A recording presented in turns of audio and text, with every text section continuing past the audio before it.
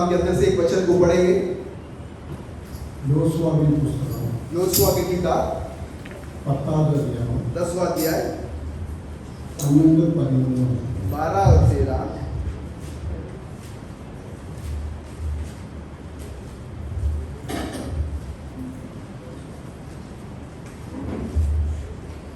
யோசுவா 10வது அதிகாரம் 12-13.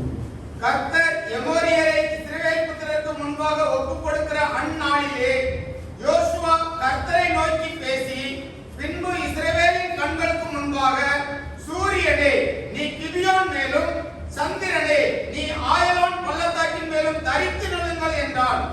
அப்பொழுது ஜனங்கள் தங்கள் சத்துருக்களுக்கு நீதியை சரிக்கட்டு மட்டும் சூரியன் தரித்தது, சந்திரனும் நின்றது.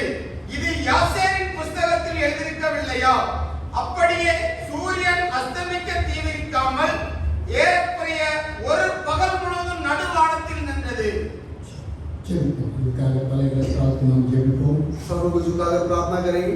இந்த வாசிக்கப்பட்ட வார்த்தையை தேவன் தாமே வெளிப்படுத்தி கொடுக்கும்படியாக जो पढ़ा गया वचन को परमेश्वर खुद ही प्रकटीकरण करके देना चाहिए। அவர் தாமே வந்து வெளிப்படுத்தி தர வேண்டும். खुद ही आके प्रकटीकरण करके देना चाहिए। ஜெபிப்போம். ஸ்தோத்திரிக்கிறோம் அப்பா. स्तुति करते हैं पिता, உங்கள் ஜீவனுள்ள தேவனே, हमारा जीवित परमेश्वर, சிவாதிபதியே, जीवन के अधिपति, सर्व भूमिக்கும் ஆண்டவரே, सभी धरतियों का परमेश्वर, உம்முடைய பாதத்தில் வருகிறோம் அப்பா. आपके चरणों में आते पिता। நாட்களில் அப்பா நான் கடைசி கட்டத்தில் வந்திருக்கிறது எனவே इस दिनों में आकर समय में आया है। आप देख जानते हैं யோசுவாவை பரம கானானுக்குள் கொண்டு செல்வதற்கு முன்பாக வெளிப்பட்டான் என்று காண்கிறோம். योशुआ जो है उस परम कानान के अंदर जाने का पहला वो प्रकटीकरण हुआ। இந்த नाளிலும் நாங்கள் இதை எதிர்பார்த்து கொண்டிருக்கிறோம் அப்பா. इस दिन के अंदर भी हम लोग उसके इंतजार में हैं।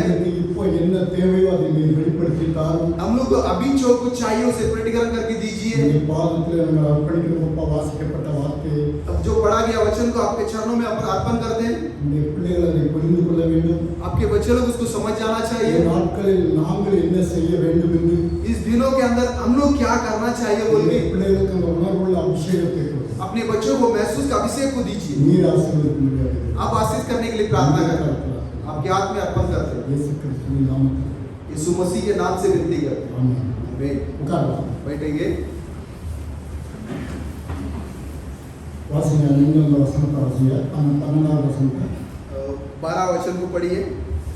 கர்த்தர் எமோரியரை இஸ்ரவேல் புத்திரருக்கு முன்பாக கர்த்தர் எமோரியரை परमेश्वर எமோரியரை यमोरियर को இஸ்ரவேல் புத்திரருக்கு முன்பாக ஒப்புக் கொடுக்கிற அந்நாளிலே இஸ்ரவேல் புத்திரரை என்ன செய்யணுமா? इस्राएल पुत्रों को क्या करना है? ஆ? सौंपना। ஒப்பு கொடுக்க அந்நாளில். उस दिनों में அப்போ இஸ்ரவேல் ஜனங்கள் इजरायली लोग கானானுக்குள்ள பிரவேசிக்கணும் அப்படின்னா कानान के अंदर प्रवेश करना है ना, அவர் குறிப்பிட்ட சமயத்தை வச்சிருக்கிறாரு. कुछ समय को जो रखा है। இந்த எமோரியர்களை முறியடிக்கணும். जो यमोरिय है इनको तोड़ना है। இந்த எமோரியர்களை முறியடிக்கணும் அப்படின்னா यमोरिय लोगों को जो तोड़ना है तो जीतना है। तो எமோரியர்களை குறித்து நாம் பார்த்தோம்னால் इस यमोरियर के बारे में अगर देखेंगे तो இவங்க ராட்சசனுடைய பிறவிகளுடையவங்க. ये लोग राक्षस के बराबर के लोग हैं। எப்படி மோசேயினுடைய நாட்கள்ல 10 பேர் அவங்க வேள்பார்க்க அனுப்புனாரோ, जैसा मूसा का दिन में जो 10 जन को जो उसको जासूसी करने के लिए भेजे थे, அப்ப அவங்க பார்க்கும்போது நம்ம தான் அவங்க முன்னாடி வெட்டுக்கிளிய மாதிரி இருக்கணும்னு சொன்னாங்க. वहाँ जो वो लोग देख के आके बोले कि हम लोग तो जो चुपली के मार ஏன்னா ராட்சசனுடைய பிறவிகள் அங்க இருந்தாங்க. वो राक्षस जैसा जन्म थे उधर लोग। இவங்க நிச்சயமா அவங்க மத்தியில ஜெயிக்க முடியாதுதான். ये लोग जरूर उन लोगों के बीच में विजय नहीं पा सकते। இவங்களுக்கு அந்த பலன் கிடையாது. इनके पास वो सामर्थ्य नहीं है। ஆனா யோசுவாவுக்கு அந்த விசுவாசம் இருந்தது. लेकिन योशुआ को विश्वास था, ஆண்டவர் கொடுத்த அந்த வார்த்தை மேல அவனுக்கு விசுவாசம் இருந்தது. जो परमेश्वर ने दिया उस वचन के ऊपर विश्वास था। அந்த வார்த்தை மேல விசுவாசம் இருந்ததனால ये वचन के ऊपर विश्वास होने की वजह से அவன் நிச்சயமா நமக்கு ஆண்டவர் அதை தருவார் அப்படின்னு சொல்லி விசுவாசத்தோடு முன்னேறி சென்றான். जरूर परमेश्वर हम लोग को दूंगा, वो देंगे बोल के विश्वास के साथ चल रहा था। இப்ப இந்த கடைசி கட்டத்துல अभी ये आकर समय में அந்த மோசே வந்து மலையில மரிச்சாச்சு. मूसा जो पहाड़ पे मर गया है, மோசே கிறிஸ்துக்குள்ளாக மரணம் அடைஞ்சாரு. मूसा जो मसीह के अंदर मौत हो गया है। இப்போ இந்த கிறிஸ்துக்குள்ள மரணம் அடைஞ்சதுக்கு பிறகு मसीह के अंदर मौत होने के बाद மோசேயும் யோசுவாவும் ஒரே மாதிரி ஒரே இடத்துல தான் இருந்தாங்க. मूसा और जोशुआ जो एक ही जगह पे थे। ஆனா மோசேயோட ஆண்டவர் பேசிட்டு இருக்கும்போது लेकिन मूसा के साथ में जब परमेश्वर बात करते थे, யோசுவாவோட பேசலை. योशुआ के साथ में वो बात नहीं की है। மோசே எவ்வளவுக்கு இந்த பூமியில இருந்தாரோ ஒன்னடியா இருந்தாங்களோ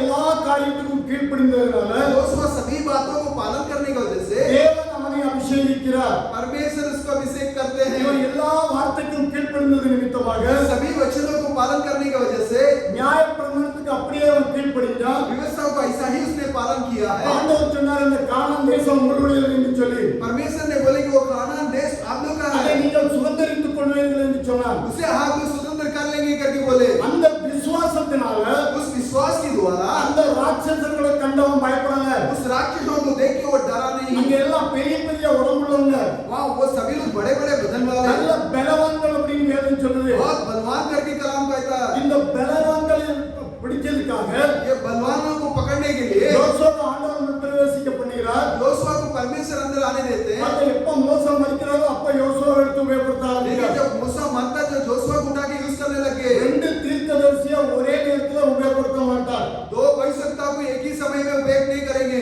ஒரு மனுஷனை யூஸ் பண்ணும்போது एक मनुष्य को यूज करने के समय அவர் அவரோட மட்டும்தான் இடைபட முடியும். उसी के साथ अकेला संबंधित कर सकते இது हैं। நான் உலக அளவில் உள்ள தீர்க்கதரிசிக்கு சொல்றேன். ये मैं दुनिया के अनुसार के जो भविष्यवक्ता के लिए कहता हूँ, இந்த சர்ச்சில் இருக்க தீர்க்கதரிசிக்காக சொல்லல. कलीसिया में जो है उस भविष्यवक्ता के लिए नहीं சர்ச்சில், कहता हूँ। கிராமத்துல, ஊர்ல, பட்டணத்துல अनेक தீர்க்கதரிசிகள் இருக்கலாம். गाँव में, शहर में, चर्चों में वैसा बहुत से भविष्यवक्ता हो सकता है। ஆனா அவர் இடைபடுகிற கூட்டம் ஒரு தீர்க்கதரிசியோட தொடர்பு கொள்வார். लेकिन परमेश्वर संबंधित करता हो एक ही भविष्यवक्ता के साथ। இப்ப இவர் யோசுவாவோட பேசும்போது अभी जोशुआ के साथ जब बात करते हैं, இந்த ஜனங்கள் ரொம்ப பலவான்கள். ये लोग बहुत बलवान हैं। ஆனா யோசுவா சொல்லும்போது சொல்றான், लेकिन जोशुआ कहने के समय कहता है, நம்முடைய தேவனால சுதந்திரிக்க வைப்பார். अपना परमेश्वर स्वतंत्र करने लगाएंगे, நான் அதை கண்டிப்பா நிறைவேற்ற முடியும். अपन उसको जरूर पूरा कर सकता है। அதுக்குள்ளாக இந்த விசுவாசம் ஸ்ட்ராங்கா இருந்தது. उसके अंदर वो विश्वास स्थिर था। இந்த பட்டணத்தை குறித்து பாத்தீங்க அப்படின்னா इस शहर के बारे में देखेंगे तो பாருங்க, இது ஒரு பெரிய பட்டணம். देखिए एक बहुत बड़ा शहर है। அந்த ராட்சசர்கள் வாசம் பண்றாங்க. वहाँ पर राक्षस लोग रहते हैं। இப்ப யோசுவா உள்ள போகும்போது अभी जोशुआ अंदर जाने के समय அங்க வந்து ஐந்து ராஜாக்கள் சேர்ந்து वहाँ पर देखो तो 5 राजा लोग मिलकर எல்லா ராஜாக்களும் ஒண்ணா சேர்ந்துட்டாங்க. सभी राजा लोग इकट्ठा हो गए। ஆனா ஆண்டவர் கூட இருந்து யுத்தம் பண்ணனால लेकिन परमेश्वर साथ रह के युद्ध करने की वजह அந்த से கல்மலைகள் பெய்தது. वहाँ पत्थर की बारिश से हुआ। இஸ்ரவேல் ஜனங்கள் பட்டயத்திற்கு கொள்றதோட इजरायली लोग जो तलवार से जो मारने से ज्यादा நம்முடைய கர்த்தராகிய இயேசு கிறிஸ்து அந்த கல்மலையினால அநேகரை கொண்டு குவித்தார். अपने परमेश्वर यीशु मसीह जो है उस पत्थर के बारिश से बहुत से लोग मार डाले। இஸ்ரவேல் ஜனங்கள் அங்க அடிக்கிறதோட அதிகமான பேர் அவர் கொள்கிறார். इजरायली लोग जो मारते हैं उससे ज्यादा लोग पैसा मारा जाता அந்த है। தேசத்தை சுதந்திரித்துக் கொள்வோம் என்று சொல்லி उस देश को स्वतंत्र कर लेंगे बोलकर இந்த யோசுவாவுக்குள்ள விசுவாசத்தை பாருங்க. योशुआ के अंदर का विश्वास को देखिए। அவனுக்கு முதலாவது தேவன் நம்மோடு இருக்கிறார் என்கிற ஒரு உறுதியான நம்பிக்கை. पहला तो उसको जो था कि परमेश्वर अपने साथ है बोल के भरोसा, தேவன் தாமே உயிரின பட்டயத்தோடு இறங்கி வந்திருக்கிறாருங்க. कि परमेश्वर खुद ही जो निकाला हुआ तलवार के साथ उतरे हैं। அவ்வளவு 5 ராஜாக்களும் சேர்ந்து யுத்தம் பண்ண வராங்க. 5 राजा लोग मिलकर युद्ध करने आ रहे हैं। ஆனா தேவன் அவர்களோடு இருந்ததனால लेकिन परमेश्वर इन लोगों के साथ में रहने की वजह இஸ்ரவேல் से ஜனங்களுக்கு கொஞ்சம் சொல்லும்போது பயப்படாதீங்க நீங்க. इजरायली लोग से कहने के समय बोलता है कि डरो मत, ஏற்கனவே யோசுவாவோட கர்த்தர் பேசிக்கொண்டார். क्योंकि यीशुआ के साथ परमेश्वर ने बात कर दी है, நிச்சயமாக சுதந்திரித்துக் கொள்வீர்கள் என்று. जरूर उसको स्वतंत्र करेंगे बोलकर। அதனால அவன் இஸ்ரவேல் ஜனங்கள் மத்தியில தைரியமா சொல்ல முடிஞ்சது. इसलिए इजराइल लोगों के बीच में धैर्य से कह पाया। ஆனா இங்க கடைசி கட்டத்துல ஒரு வார்த்தை சொல்றான். आखिर समय में एक शब्द को कहता है, யுத்தம் ஜோரா நடந்து கொண்டே இருக்குது. ये तो बहुत जोर से चल रहा है। ஆனா இருட்ட போகக்கூடிய சூழ்நிலைகள் இருக்கலாம். जब अंधेरा होने की स्थिति हो गया है, அதுக்கு முன்பாக அவன் சொல்கிறான், उसका पहला वो कहता है பாருங்க, கிபியோனிலே என்ன தரித்து நிற்கணுமா? कि विरोध के अंदर क्या रुकना, சூரியனே தரித்து நில் அப்படின்னா सूरज रुक जा बोल दिया है। இத யாரால முடியுமா? ये ऐसा कोई बोल सकता है क्या? சூரியன் நின்னுச்சுனா படிச்ச பிள்ளைகளுக்கு தெரியும். जो पढ़ते हैं बच्चों लोग जानते हैं, சூரியன் நின்னுச்சுனா நிக்க முடியுமா? सूरज अगर रुक गया तो क्या रोक सकता है? நின்னுச்சுனா அது என்ன ஆகும்? वो रुकेगा तो क्या होगा? தெரியுமா? புக்ல படிச்சிருக்கீங்களா?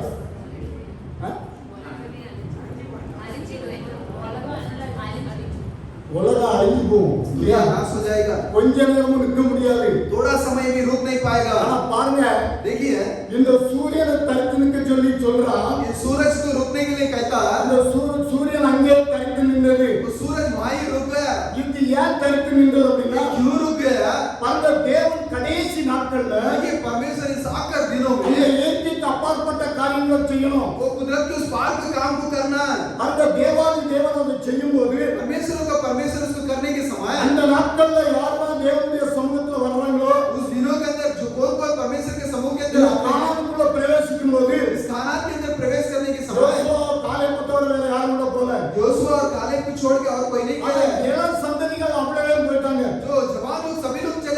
இந்த முரட்டு வைராக்கியத்துல சிலர் இருப்பாங்க. कुछ ऐसा जो सिर पे रहेंगे। இதே மாதிரி தான் இன்னைக்கும் इसी तरह आज भी சபைக்குள்ள வார்த்தைக்காக உறுதியா நின்னாங்க அப்படின்னா, कलीसिया के अंदर वचन के लिए सिर खड़े रहेंगे, வார்த்தைக்காக தைரியம் நிற்பார்களானால் वचन के लिए सिर से खड़े होंगे तो அன்னைக்கு மட்டும் இல்ல, उस दिन अकेला नहीं, இன்னைக்கும் அது நடக்கணும். आज भी होना। பாருங்க, நம்ப முடியாதது देखिए भरोसा तो नहीं कर सकता, ஆனா நம்புறாங்க. लेकिन भरोसा करते हैं। நம்ப முடியாத ஒரு காரியத்தை भरोसा नहीं कर सकता एक बात நம்ம को। இன்னைக்கு நம்பக்கூடிய நாட்கள் வந்து உட்கார்ந்து இருக்கிறோம். आज अपन भरोसा करने के दिन पे बैठे हैं। இந்த காலத்துல என்ன நடக்கணுங்கிறது நமக்கு தெரியணும். इस काल में क्या होना है वो अपने को जानकारी होना चाहिए। அன்னைக்கு மட்டும் இல்ல, उस दिन अकेला नहीं, சூரியன் நின்னுச்சுனா உலகம் நொறுங்கி போயிருக்கணும், உலகம் விழுந்திருக்கணும். सूरज रुक गया तो सब कुछ रुक जाना இந்த चाहिए। உலகம் உருண்டே இருக்கிறதுனால दुनिया जो गोल होने की वजह அது से ஏங்கிட்டே தான் இருக்கணும். वो जो घूमते हैं ना, சூரியன் நின்னுச்சு அப்படின்னா सूरज रुक गया तो பாருங்க, இந்த பூமி உருண்டே நின்னு போடும். ये धरती भी रुक जाता था। ஆனா இந்த தேவாதி தேவன் அவர்களோடு கூட இருந்தனால लेकिन परमेश्वर के साथ रहने की वजह से இந்த சூரியன் அந்த இடத்துல நிக்க வேண்டியதாயிட்டுது. सूरज वहीं पर रुकना पड़ गया। இது மனுஷனால கூடாது, ये मनुष्य से तो नहीं हो सकता, நம்ப முடியாதது. भरोसा नहीं कर सकता, ஆனா இது உண்மை. लेकिन ये सच है। இதை நம்ப முடியாது, ये भरोसा नहीं कर सकता, ஆனா அது உண்மையாக இருந்தது. लेकिन वो सच था। பாருங்க, இன்னும் நீங்க அதுக்கு கீழே வாசிங்க. और भी उसके नीचे पड़ी है, சந்திரனே நீ ஆயிரம் பள்ளத்தாக்கின் மேலும் தரித்து நில்லுங்கள் என்றான். அப்பொழுது ஜனங்கள் தங்கள் சத்துருக்களுக்கு நீதியை சரிக்கட்டும் மட்டும் சூரியன் தரித்தது, சூரியன் தரித்தது, சந்திரனும் நின்றது. சந்திரனும் நின்றது. இது யாசேரின் புத்தகத்தில் எழுதியிருக்கவில்லையா? அந்த சூரியனும் அங்கே நின்னுட்டுது, சந்திரனும் என்னாச்சுது? सूरज भी रुक गया और चांद भी क्या हो गया, அங்கே நின்னுட்டுது. वहीं रुक गया। ஆனா விஞ்ஞானம் இதை நம்ப முடியாது. विज्ञान इसको भरोसा नहीं कर விஞ்ஞானம் இதை सकता, நம்ப மாட்டாங்க. विज्ञानी लोग भरोसा नहीं करेंगे, நம்ப முடியாததுதான், जो भरोसा नहीं कर ஆனா सकता, இது உண்மை. लेकिन ये सच। இன்னைக்கும் அதே சம்பவம் தான் நடக்கணும். आज भी वही संभव होना। அன்னைக்கு மட்டும் இல்ல, उस दिन अकेला नहीं, மோசேயினுடைய அந்த ஆவி கிரிச்சதுக்கு பிறகு, मूसा को उस आत्मा क्रिया करने के बाद, அவனுடைய காரியம் முடிஞ்சதுக்கு பிறகு उसके जो काम खत्म होने के बाद, அங்க யோசுவாவை ஆண்டவர் கொடுக்கிறார்.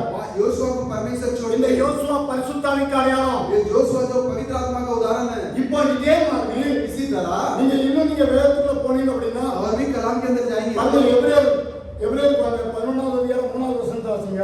एब्रेयर की किताब 11:3, எபிரேயர் 11:3.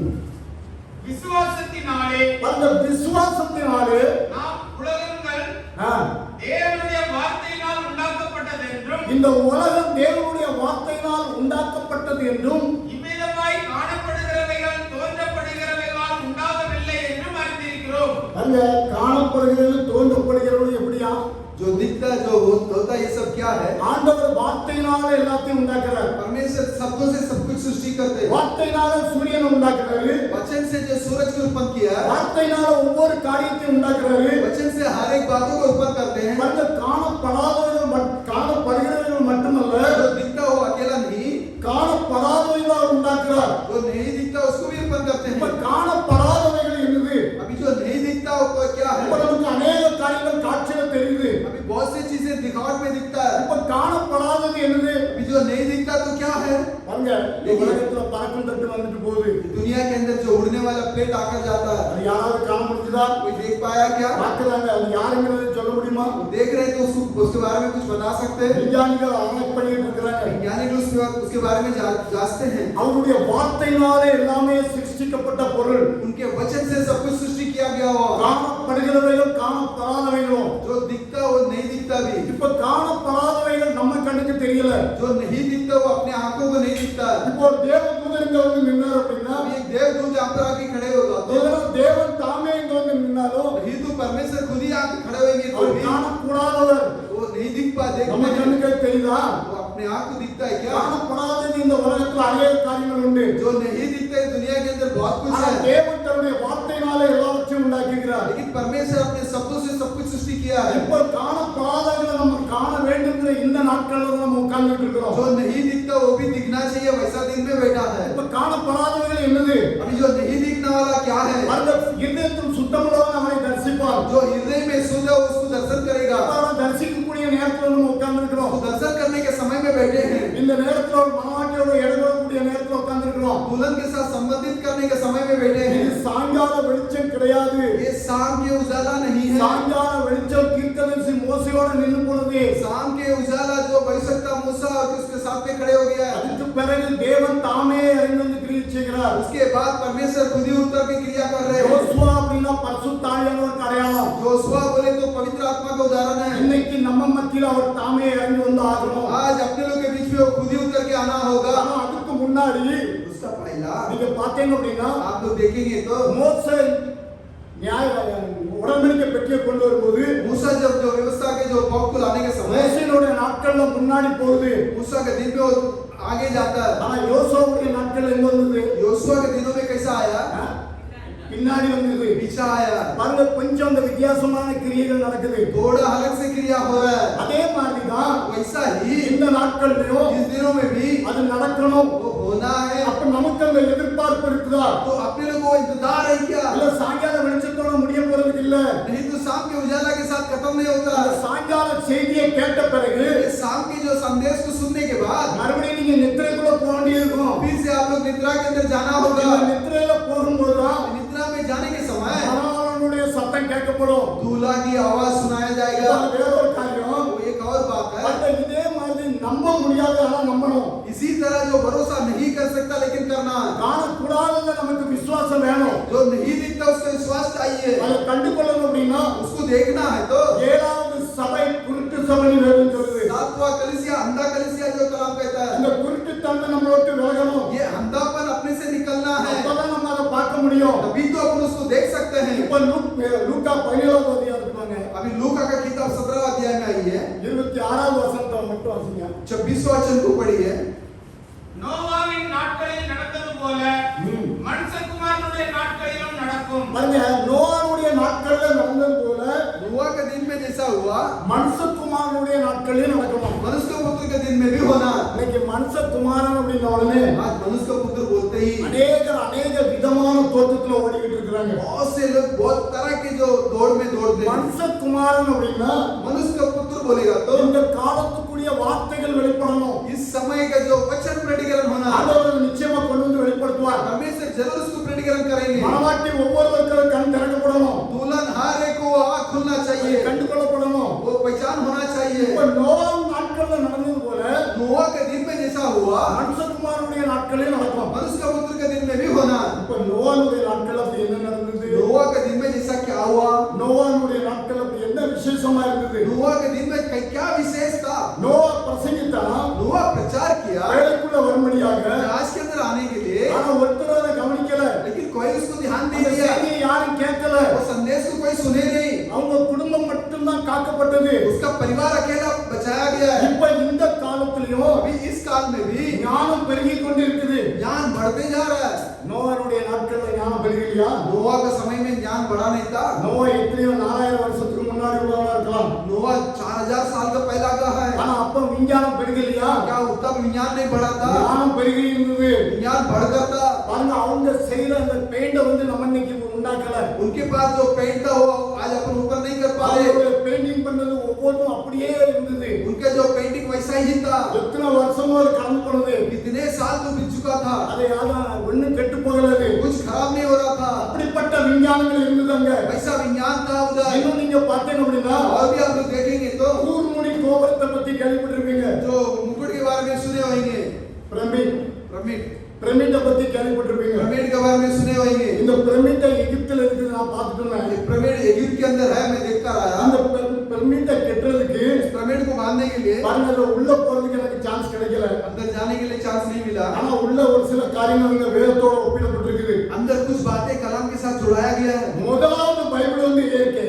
पहला जो कलाम जो कुदरत, இரண்டாவது வேதம் வந்து அந்த பிரமிட் தான். दूसरा कलाम जो पिरामिड है, அந்த குருநுடி கோபுரம் தான். वो जी पिरामिड जो ही है। இந்த கோபுரத்தை அவங்க எப்படி கட்டாங்கன்னு நம்ம விசேஷமா ஆச்சரியமா பார்க்க வேண்டியிருக்கும். पिरामिड को कैसा बांधा गया करके अपन अचंभव होना पड़ेगा। ஒவ்வொரு கல்லையாவது எப்படி கொண்டு போயிருப்பாங்கிறது எனக்கு ஆச்சரியமா இருந்தது. एक एक पत्थर को कैसा उठा ले गया होगा तो இந்த अचंभव होगा। நாட்கள்ல பெரிய பெரிய மிஷின்கள் இருக்குது. इस दिनों में बड़े बड़े मशीनें हैं। ஆனா அந்த நாட்கள்ல எழுதுறதோ தெரியாது. उस दिनों में क्या था मालूम नहीं। ஆனா அவ்வளவு பெரிய கல்ல அவ்வளவு உயரத்துக்கு எப்படி கொண்டு போக முடியும்? उतना बड़ा पत्थर उतना ऊंचा जगह पे कैसा लेके அந்த गए? ஞானம் அப்பவே இருந்தது. वो ज्ञान उस समय में भी था। ஞானம் அப்ப இல்லைன்னு நினைக்காதுங்க. ज्ञान उस समय में नहीं था मत सोचिए। விஞ்ஞானம் அன்னைக்கு ஏற்றுக்கொண்டிருக்க முடியாது. ज्ञान नहीं स्वीकार करता होगा। ஆனா இந்த பிரமிட்டை கட்டும்போது எவ்வளவு உயரமா இருக்குது. ये पिरामिड इतना ऊंचा जो बांधा, பெரிய பெரிய கல்லை தூக்கி மேல கொண்டு போயிருக்காங்க. बड़े बड़े पत्थरों को ऊपर उठा ले गया है। அப்படிப்பட்ட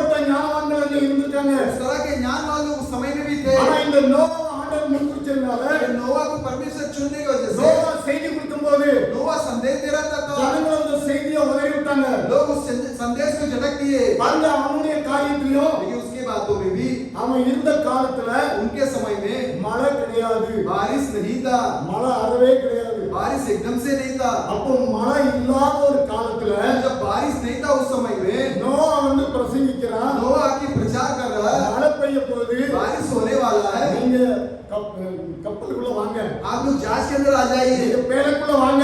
जहाज के अंदर आइए। அவன் கொடுத்த செய்தியை उन्होंने दिया संदेश को, எல்லாரும் விரோதிச்சாங்க. सब पे विरोध किए, பாருங்க நம்ப முடியாதது ஆனா உண்மை. लेकिन भरोसा नहीं कर सकता। लेकिन அந்த सच है, நாட்கள்ல மழை பெய்யவே கிடையாது. दिन में बारिश नहीं हो रहा था। மழை பெய்யுமே அவன் சொன்ன உடனே बारिश होगा वो बोलने के साथ அன்னைக்குள்ள விஞ்ஞானிகள் போய் அந்த ராடர்கள் அனுப்பி செக் பண்ணிருக்கலாம், उस दिन के वैज्ञानिक उस राडारों को भेज के तपास किया அங்க होगा, மழை இருக்குதா இல்லையான்ட்டு. ऊपर बारिश आई है नहीं। விஞ்ஞானிகள் செக் பண்ணிட்டு வந்து சொல்லிருக்கலாம் மழை கிடையாது அப்படின்னு. वैज्ञानिक चेकअप करके आके बोले மழை बारिश नहीं है, நோவாக்கு நட்டு கலந்து போலுக்கு. बारिश नहीं है। वो नोआ का कुछ भूल गया है। ஆனா நோவாவும் அவனுடைய குடும்பமும் அதை விசுவாசித்தது. लेकिन नोआ और उसका परिवार उसको विश्वास किया है, அதுல அவங்க காக்கப்பட்டாங்க. उसके अंदर वो लोग संभाला गया है। இன்னைக்கு நம்ம யாருடைய குடும்பம்? आज अपन सब में किसका परिवार है? இயேசு கிறிஸ்துவினுடைய குடும்பமா இருந்தோம் அப்படின்னா यीशु मसीह का परिवार होगे तो அவருடைய வார்த்தைக்கு நீங்க முழுமையா கீழ்ப்படிவீங்களானால் उनके वचन का पूरा पालन करेंगे அந்த तो குடும்பத்துக்குள்ள யாரெல்லாம் வர்றாங்களோ उस परिवार के अंदर कौन आ जाता அவரை है, ஏற்றுக்கொண்டவர்கள் எத்தனை பேர்களோ उनको स्वीकार किया जितने जन भी அத்தனை है, பேர்களும் அவருடைய பிள்ளைகளாக முடியாது அவங்க இருக்கிறார். तो सभी लोग उनके बच्चे होने के लिए अधिकार देते அவரை हैं। எத்தனை பேர் ஏற்றுக்கொண்டாங்களோ अभी उनको जितना जन स्वीकार करते हैं, பாவத்தை கழுவி யாரெல்லாம் உள்ள வராங்களோ पाप को धोकर जो कोई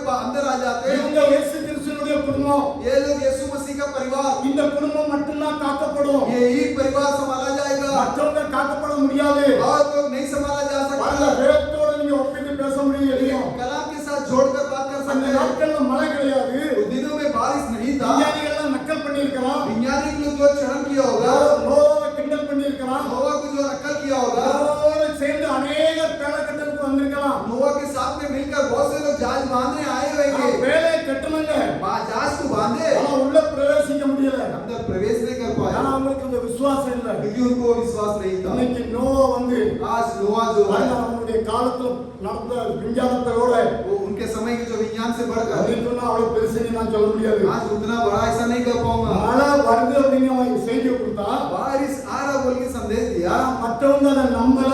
बाकी लोग भरोसा नहीं किया। அன்னைக்கு இருந்த கூட்டத்துல யாருமே நம்பல.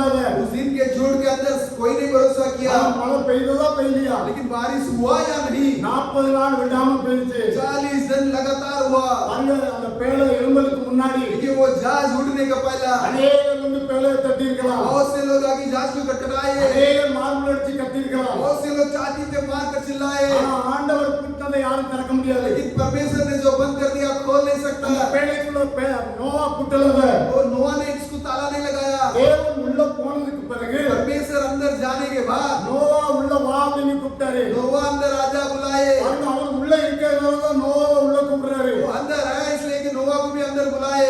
7 நாள் அதுக்கு பிறகு மழை பெய்யல. 7 दिन उसके बाद बारिश नहीं हुआ। நோவா கூட்டிட்டு உட்கார்ந்ததுக்கு பிறகு ये लोग बंद करके अंदर बैठने के बाद 7 நாள் வரை மழை கிடையாது. 7 दिन तक बारिश नहीं था। பாருங்க, அதுக்கு பிறகு பெய்ய ஆரம்பிச்சது. इसके बाद बारिश होने लगा। மிருகத்துல ஜோடி ஜோடா உள்ள போயிட்டது. जानवर में जोड़ जोड़ अंदर चले गया। இவங்க குடும்பம் மட்டும் காக்கப்பட்டாங்க. इनका परिवार अकेला संभाला गया। மத்த எல்லா ஜனங்களும் மாண்டு போனாங்க. बाकी सभी लोग जो मिट गए। அதாவது நோவாவுடைய நாட்கள் நடந்தது மனுஷனுடைய நாட்களே நடக்க முடியாது. इसीलिए बोलते हैं कि नोआ के समय में जो हुआ मनुष्य के पुत्र के समय में भी वही होगा। நம்ம எப்படி இருக்கோம்ங்கறத பாருங்க. आज अपन लोग कैसा है देखिए। நமக்கு இன்னைக்கு ஆண்டவர் சொன்னா நான் போவேன் திரும்பி வருவேன்னாரு. अपने लोग को परमेश्वर ने बोले थे कि मैं जाता हूँ फिर आऊंगा। இன்னைக்கு எத்தனை பேர் அந்த விசுவாசத்துக்குள்ள காத்திருக்கிறீங்க? आज कितने लोग उस विश्वास के अंदर इंतजार में हैं? எத்தனை பேர் அந்த விசுவாசத்துல பொறுமையோட ஓடிட்டு இருக்கீங்க? कितने जन उस विश्वास के अंदर धीरज में दौड़ रहे हैं? நீங்க அங்க போகணும் அப்படின்னா आप लोग वहां जाना है तो வேதத்துல எழுதப்பட்ட மகத்துவங்களை வாசித்து பாருங்க. इस कलाम के अंदर लिखा गया महत्वों को पढ़कर देखिए। இது பிரகாரம் உங்க வாழ்க்கை அமைய வேண்டியிருக்கு. इसके अनुसार आपके जीवन होना है। அப்படி நீங்க விசுவாசித்தா மட்டும்தான் ऐसा आप विश्वास करेंगे तो ही நீங்களும் அந்த பரம காணானை பார்க்க முடியும். आप लोग भी उस परम कानान को देख सकते हैं। இல்லனா பரம காணானை நம்ம இழக்க வேண்டியது இருக்கும். नहीं तो परम कानान को खोना होगा। பாருங்க, மோசேயும் யோசுவாவும் ரெண்டு பேரும் ஒரே இடத்துல தான் இருந்தாங்க. लेकिन मूसा और योशुआ दोनों जन एक ही जगह पे थे। ஆனா அவனை உபயோகப்படுத்தும் போது இவர்கிட்ட ஆண்டவர் பேசல. लेकिन जो मूसा को यूज करते थे जब इससे परमेश्वर ने बात नहीं किया, அவர் போனதுக்கு பிறகுதான் இவர்கிட்ட பேசுறாரு. वो जाने के बाद इनसे बात करता है। இன்னைக்கு உலக லெவல்ல உள்ள தீர்க்கதரிசி அப்படிதான் இருப்பாங்க. आज दुनिया के अनुसार का भविष्यवक्ता ऐसा ही रहेंगे। ரெண்டு பேரும் ஒரே நேரத்துல இருக்க முடியாது. दो जन एक ही समय में नहीं हो सकता। மல்கியா 3வது அதிகாரம் 1வது வசனத்தை வாசிங்க. अभी मलाकी 3 उसमें पहला वचन में आई है, இதோ நான் என் தூதனை அனுப்புகிறேன், அவன் எனக்கு முன்பாக போய் வழியை ஆயத்தம் பண்ணுவான். அப்பொழுது நீங்கள் தேடுகிற ஆண்டவரும் நீங்கள் விரும்புகிற உடன்படிக்கையின் தூதனுமானவர் தம்முடைய ஆலயத்துக்கு தீவிரமாய் வருவார். தம்முடைய ஆலயத்துக்கு தீவிரமாய் வருவாராம்.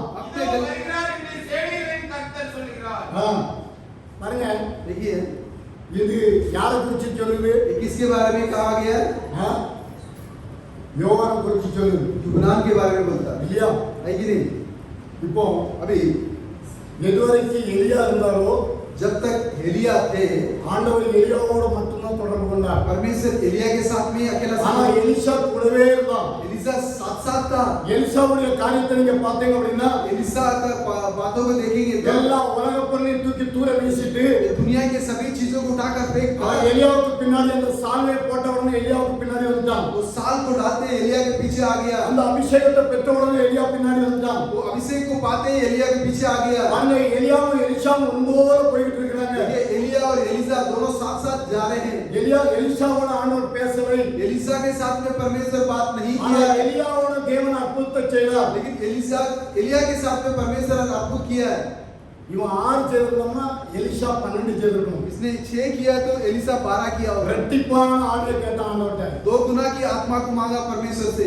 எலியாவும் கூடவே இருந்தாரு. एलिया भी साथ साथ थे। ஆனா எலியா எடுத்துக்கொள்ளப்படுற நேரம் வரும்போது एलिया के जो उठा लेने के समय जब आया, பாருங்க, அவன் அக்கினி ரதத்துல ஏறி போகக்கூடிய அந்த நேரத்துல कि अंगार के उस रथ में चढ़कर जाने के समय में எலிசாட்ட அவர் சொன்னாரு, நான் போறத பாத்தியனா? एलिसा से उन्होंने कहा था कि मैं जाता हूं तो देखेगा तो உனக்கு இது ரெட்டிப்பா கிடைக்கும். तुझे ये 2 गुना मिलेगा। பாருங்க, அவன் போன உடனே ரதம் அக்கினி ரதம் அவரை கூப்பிட்டு போயிட்டு अंगार के रथ उसको उठा ले गया है। பாருங்க, ஒவ்வொரு எலியாவையும் ஆண்டவர் எடுத்து உபயோகப்படுத்தின விதம் வந்து வித்தியாசமானது. हर एक एलिया को परमेश्वर जो उठा के यूज किया कि तरीका अलग है। எலியாவுடைய ஆவிதான் எலிசாக்குள்ள இருந்தது. एलिया का आत्मा ही एलिसा के अंदर था, ஆனா எலியாவை போல எலிசாவை உபயோகப்படுத்தல. लेकिन एलिया की तरह एलिसा को यूज नहीं किए। பாருங்க, அதே எலிசாவுடைய ஆவிதான் वही एलिसा की आत्मा யோவானுக்குள்ள இருந்தது. यूहन्ना के अंदर था, இவனை அப்படி உபயோகப்படுத்தல. इसको ऐसा यूज नहीं किया। அந்த யோவான் ஒரு அற்புதமும் செய்யல அப்படின்னு வேதம் சொல்லுது. ये यूहन्ना कुछ भी अद्भुत नहीं किया था, ஆனா இவன் வழியை ஆயத்தப்படுத்துறதுக்கு வருவான். लेकिन ये रास्ता तैयार करने आया। தேவன் தம்முடைய ஆலயத்துக்கு இறங்கி வரணும் அப்படின்னா परमेश्वर अपने कलीसिया में उतर के आना है तो முதலாவது கரடு முரடானதை சரிப்படுத்தணும். पहला तो ऊंच नीचे को ठीक करना है। இப்ப அந்த எலியா போல போய் எலிசாவோட ஆண்டவர் பேச ஆரம்பிச்சாரு. वो एलिया जाने के बाद एलिसा से परमेश्वर बात करने ஆனா लगे। இந்த எலிசாவுடைய மரணம் எப்படி இருந்தது? लेकिन ये एलिसा के मौत कैसा था? இவன் வியாதியில மரிச்சான்னு வேதம் சொல்லுது. बीमारी में मरा करके कलाम कहता है। அவரு அக்கினி ரதத்துல எடுத்துக்கொள்ளப்பட்டார். वो अंगार के रथ में उठा लिया गया, ஆனா அதே ஆவியுடையவர் தான் लेकिन वही आत्मा के இவர் வியாதியில மரிக்கிறாரு. बीमारी में मरते हैं। இவரை கொண்டு போய் போட்ட கல்லறையில ஒருத்தவங்களோட வண்டிட்டான். इसको लेके इनको डाला था, उस जो कब्रिस्तान में इनको लेके जाके डाला तो वो जिंदा उठ गया, ஆனா ஒரே ஆவிதான், लेकिन एक ही आत्मा எலியாவினுடைய ஆவிதான். एलिया की आत्मा। பாருங்க, முதலாவது எலியாவுக்குள்ள இருந்தது, पहला एलिया के अंदर था, திருப்பி எலிசாக்குள்ள வருது, एलिसा के अंदर आया, திருப்பி அது யோவானுக்குள்ள வருது. फिर वो यूहन्ना के अंदर आता है। இப்ப யோவானுக்கு பிறகு யாருக்குள்ள வருதுங்கிறத நம்ம பார்க்கலாம். यूहन्ना के बाद में किसके अंदर आता हो देखेंगे। இந்த யோவானை எடுத்து உபயோகப்படுத்தின விதம் வித்தியாசமா இருந்தது. यूहन्ना को उठा के यूज करने का तरीका अलग था। அவர் ஒரே நேரத்துல 2 தீர்க்கதரிசியை உபயோகப்படுத்த மாட்டார். वो एक ही समय में बहुत आवश्यकता को नहीं यूज ஒருவர் करते, போனதுக்கு பிறகு தான் அடுத்தவரை உபயோகப்படுத்தணும். एक जाने के बाद ही दूसरे को यूज करना இப்ப है। மோசேயும் நம்ம யோசுவாவை குறிச்சு பார்த்தோம். ये मूसा और योशुआ के बारे में இப்ப देखा, எலியாவும் எலிசாவை குறிச்சு பார்க்கிறோம். एलिया एलिसा के बारे में देखते हैं। இப்ப யோவானுக்கு பிறகு யார் வரணும்? अभी यूहन्ना के बाद में कौन आ रहा யோவான் வழி ஆயத்தப்படுத்த வரணும். है? योवान जो रास्ता तैयार करने आ கரடு रहा है, முரடானதை சரி பண்ணிட்டு வரணும். ऊंच नीचे को ठीक करने आ रहा है। கரடு முரடானதை சரி அப்படின்னா என்னத்த பள்ளங்களா மேலாக்குறான்? जो क्या जमीन के जो गड्ढे को जाके ஒரு बराबर करता है, பெரிய பழைய மலையை திருத்துதான் போய் क्या यह कोई बड़ा पहाड़ को तोड़ता है क्या? கிடையாது. ஆவிக்குரிய காரியத்துல பொருந்தணும். ये आत्मिक चीज में जुड़ेगा। ஆவிக்குரிய காரியத்துல சரியான ஓட்டத்துல ஓடல அப்படின்னா आत्मिक चीज के अंदर सही से दौड़ में नहीं दौड़ते हैं, तो இவன் அதை வந்து சரிப்படுத்தணும். ये उसको आगे ठीक करना।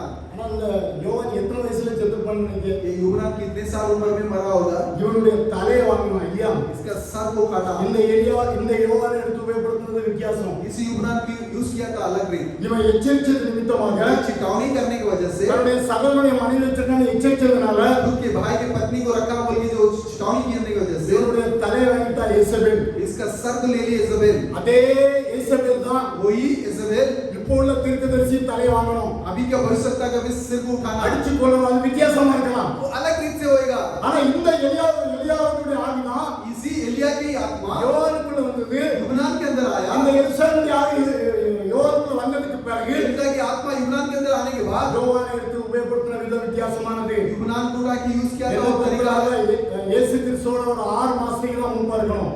लगभग जो यीशु मसीह से 6 महीना जो बड़ा होगा। இப்ப இயேசு கிறிஸ்து வர்றாருங்கறத சுட்டி காட்டுறது தான் அவனுடைய வேலை. यीशु मसीह आ रहे हैं बोल के जो इंडिकेट करना उसका काम, வழியை சரி பண்றான் அவன்தான். रास्ता को ठीक करता बस। எனக்கு பின்னால ஒருவர் வர்றாருப்பா. मेरे पीछे एक आ रहे हैं, அவருடைய பாதரட்சத்தை வாராவுக்கு நான் தகுதி இல்லன்ட்டான். उनके चप्पल का रस्सी खोलने के भी मैं लायक नहीं हूँ। ஆனா இவர் கேட்கிறாரு ஒரு நேரம். लेकिन ये पूछते एक बार, அந்த யோவான் கொஞ்சம் கண்ணு மங்கின உடனே यूनान के आंख थोड़ा जो चुपने चुपते हैं, ஆவிக்குரிய வாழ்க்கையில அவனுக்கு கொஞ்சம் டவுன் ஆன உடனே आत्मी के जीवन के अंदर थोड़ा वो नीचे होने के साथ யோவான் தன்னுடைய சீஷர்களை அனுப்புறான். ये अपने शिष्यों को भेजता है। வர வேண்டியவர் நீர்தானா இல்ல வேற யாருக்காவது காத்துக்கணுமா? जो आने का था वो आप ही है या और किसी के लिए इंतजार करना?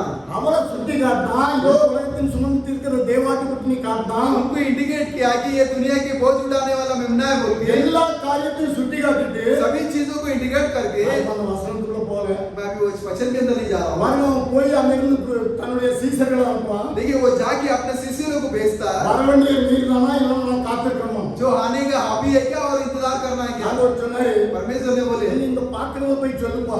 यहाँ जो देख रहे हो उसको जाके कहो, குருடர்கள் பார்வை அடைகிறார்கள், अंधे लोग देख रहे हैं, வியாதிஸ்தர் சொஸ்தமாகிறார்கள், बीमारी वाला चंगाई पा रहे இத हैं, போய் சொல்லு அப்படின்னாரு. इसको जाके कहो बोले। அதுக்கு அவனுக்கு ஆவிக்குரிய வாழ்க்கையில கொஞ்சம் பலவீனம் வந்த உடனே लेकिन आत्मिक जीवन के अंदर थोड़ा कमजोरी आते ही இவர்கிட்ட கேட்கறதுக்கு ஆள் அனுப்புறான். इसको पूछने के लिए व्यक्ति भेज रहा है। பாருங்க அவனுடைய வயசு 31 வயசுக்குள்ள தான் இருக்கணும். देखिए उसको उम्र 31 तक हो सकता है। ஆனா இயேசு கிறிஸ்து 30வது வயதுல தான் ஊழியத்துக்கு வராரு. लेकिन यीशु मसीह 30वां उम्र में सेवा में आ रहे हैं। இவர் எழும்பும் போது ये उठने के समय அவனுடைய செய்தி அதை முடியணும். उसका संदेश वहां खत्म हो गया। ஆண்டவர் அவனோட தொடர்பு கொள்ள முடியாது. परमेश्वर उसके साथ संबंधित नहीं कर सकते। பாருங்க ஏன்னா இயேசு கிறிஸ்து சொன்னாரு, यीशु मसीह फिर से कहा, கர்த்தருக்கு சுவிசேஷத்தை பிரசங்கிக்க அவர் எழும்பிட்டாரு. जो गरीबों के लिए जो सुसमाचार बोलने के लिए उठ गए। இந்த யோவான் மரிச்சதுக்கு பிறகுதான் जो यूनान मरने के बाद இங்க இயேசு கிறிஸ்து வெளிப்படுகிறார். यीशु मसीह प्रकटीकरण हो रहे இங்க हैं। இயேசு கிறிஸ்து அதே உபதேசத்தை கொண்டு வந்தாரு. यीशु मसीह वही उपदेश को लेके आए। அதை எத்தனை பேர் ஏற்றுக்கொண்டாங்க? लेकिन उसको कितना जन स्वीकार किए? பாருங்க முதலாவது வருகைக்கு முன்னோடியா देखिए पहला आगमन के उदाहरण पे